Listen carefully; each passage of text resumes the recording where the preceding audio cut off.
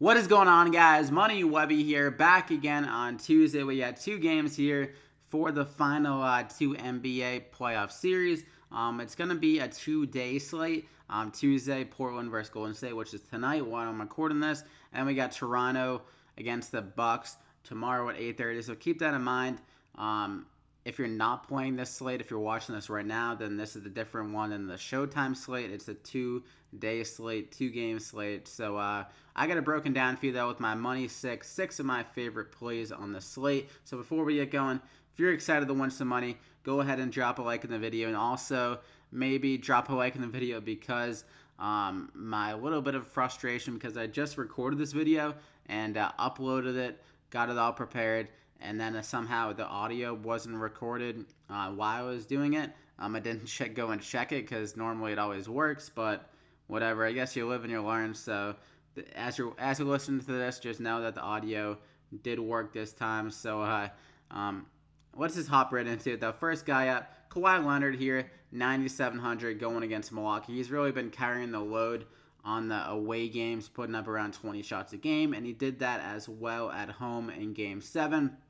So in this matchup against Milwaukee, I could see Siakam struggling a little bit because I'm assuming they'll put Giannis on Siakam to kind of counter his length a little bit. Giannis might be a little bit too slow for Kawhi. Like Kawhi could drive around him. I'm not sure how they're going to do the defensive approach, but that's what I would assume. It makes more sense to put Giannis to counter his length on Siakam.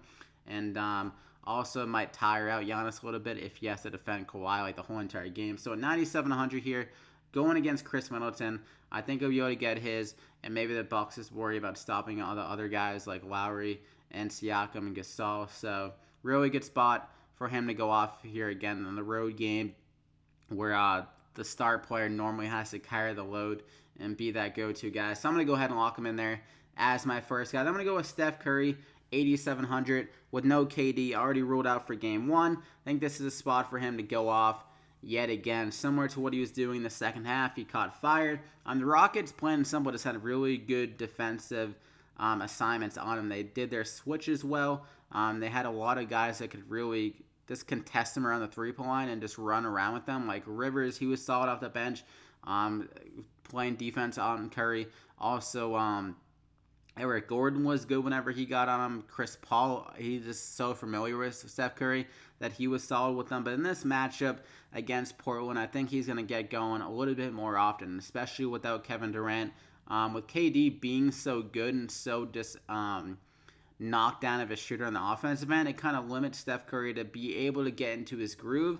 So it kind of works like hand in hand. You get KD scoring very efficiently, but then you got Steph Curry kind of watching and getting cold as the game goes on. So whenever they call upon him, he'll miss a few more shots. But with him being out of this game, he can get into his element a little bit more, hit some more threes, and he's typically pretty damn good against Portland in these kind of games. So I'm going to go ahead and lock him in there. He also has like a couple more assist in him with him running the offense a little bit more. So those are the first two. And we're going to go with Draymond Green. Similar situation, just more usage on the table with KD being out. Can fill it up, get a triple-double here. In Portland, one of their weaknesses against Denver was their rim protection and just their down-low defense in the paint. We saw Jokic and Paul Millsap kind of bully their way down low. It even made Portland go to Zach Collins in Game 6 and Game 7 to give some more rim protection. I'm not sure how quickly they'll turn to him in this series, being that it's Game 1, but I'm assuming that Draymond Green will be able to play a lot of minutes in this game, probably around 40, and like I said, if he can avoid foul trouble, he can be a guy that flirts with a triple-double because his passing ability, especially with no Kevin Durant, to give him the ball a few more times, and he's just so good with the passing, and he's solid at finishing around the rim when he's been given the opportunities. And like I mentioned, Portland, that was one of their weaknesses without Zach Collins. So I'm going to go ahead and lock him in there as my third guy. Then I'm going to go with ENES KANTER. He is a very good offensive rebounder, similar to Clint Capella in the case where he can beat you on the glass. Capella was able to do that in Game 6, but with Kevin Durant on the court, I think that length that KD has kind of frustrated them on the offensive glass. He couldn't really jump over KD to get those just up in the air kind of rebounds. The thing with ENES KANTER is that he'll kind of box you out a little bit more than Clint Capella, a little bit more active with his box outs, and he's a much better finisher around the rim compared to Capella. Capella's just a guy that will dunk it in your face.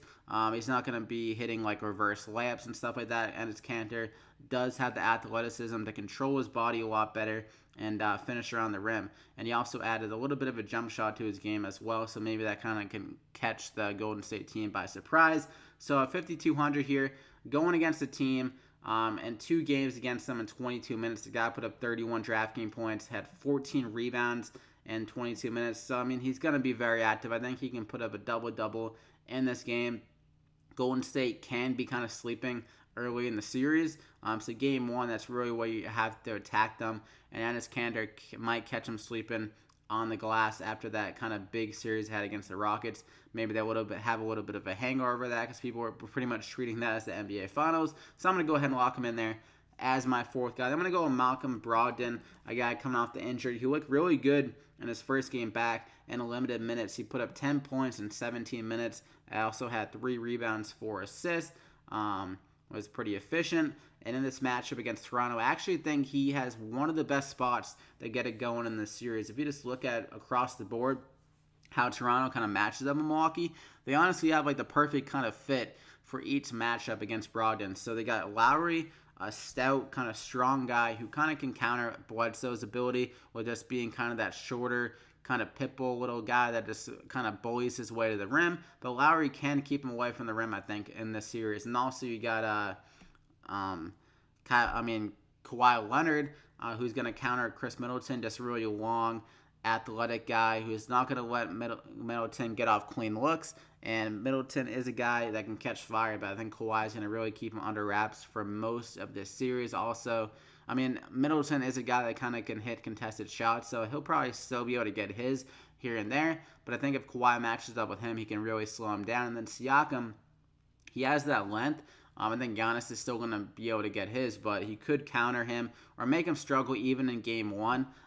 As we saw Giannis really struggle Game 1 against Boston. So maybe it takes him a little bit to get acclimated to the defensive assignment. So I think Brogdon, this has one of the best spots. He'll probably be matched up with Danny Green or matched up with whoever Toronto puts on him off the bench if they go to the bench a little bit earlier in the series.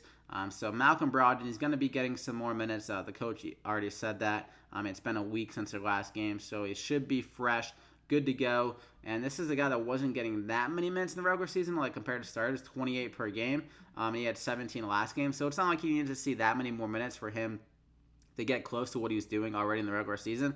And he was averaging 28 DraftKings points a game, so a really good spot.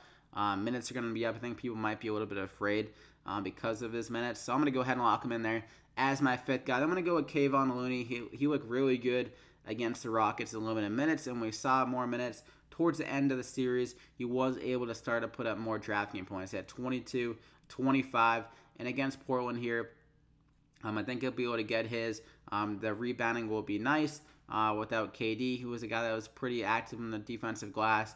And that's pretty much their main kind of pivot off KD was to go bigger with Bogut in the starting lineup for a few minutes, like 12 minutes, and then Looney kind of absorbed the rest of those with 20 off the bench. So that was like 32 minutes combined. So they gave most of their minutes to the bigger guys. And Portland does play pretty big with KANTER and Aminu. He's kind of a bigger sized. I guess not that big, but they got Zach Collins and Myers Leonard off the bench when he plays a few minutes. So they are decently big compared to the Houston Rockets, I guess, off the bench. And I guess they're a little bit bigger than the Rockets because the Rockets were going really small. I don't think Portland's going to be going as small. They'll probably always have KANTER or Zach Collins on the floor. So KEVON Looney, he'll probably get around 22 minutes here again.